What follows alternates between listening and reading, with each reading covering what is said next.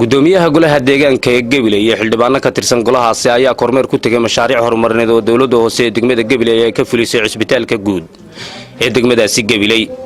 waqti xaadirkan dhismaha qaybta emergency ee cisbitaalka guud uu ka socdo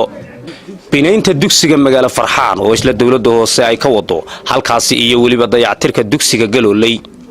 intii lagu guda jiray kormeerkan oo maayirka magaalada Gabiley Maxamed Amiin Cumar Cabdi iyo qaar ka mid ah xildhibaanada golaha deegaanka oo warbaahinta la hadlay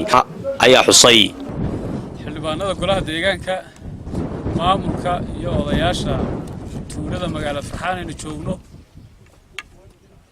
Assalaamu alaykum wa rahmatullahi wa barakaatuh. Saaka taariikhdu tahay 24 bishii 7 waxaanu ku guda jirnaa kormeer aan ku soo marinay mashaariico la xiriira adeegyada bulshada oo kamid ah mashaariicii golaha deegaanku ay ugu tala galeen inay bulshada u qabsoomaan sanadkan aynu ku jirno 2016 waxaanu ka soo bilaabnay kormeerkayaga cisbitaalka guud ee magaalada Gabiley oo aanu ku daranay qaybta gargaarka degdega ah dhismahan ugu tala galay inuu wax u taro oo ballaadhina oo sida xildhibaan ka dhawaajiyay shilalka ay ugu badan saan la socotaan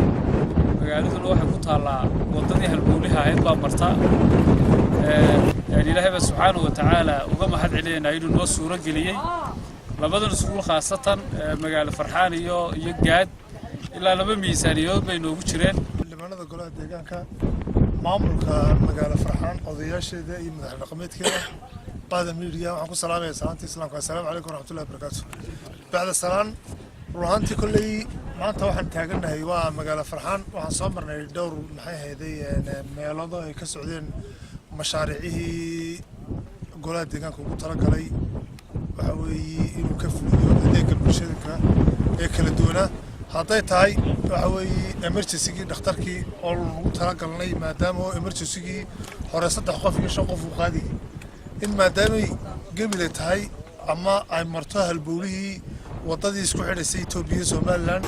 waxa iyaguna halkaasi ka hadlay qaar ka mid ah dadkii deegaanada ay mashaariicdu ka socdeen saaka waxa weeyaan taasi ilaahay baan ugu mahadnaqaynaa waxaan doonaynaa saaka annaga iyo iyaguba in saaka waxtarka halka ka shaaracay inuu sii ballaadho oo dhakhtarba Cabdi Abdullaahi Daahir telefishinka caalamiga ee Somali Channel magaalada Gabiley.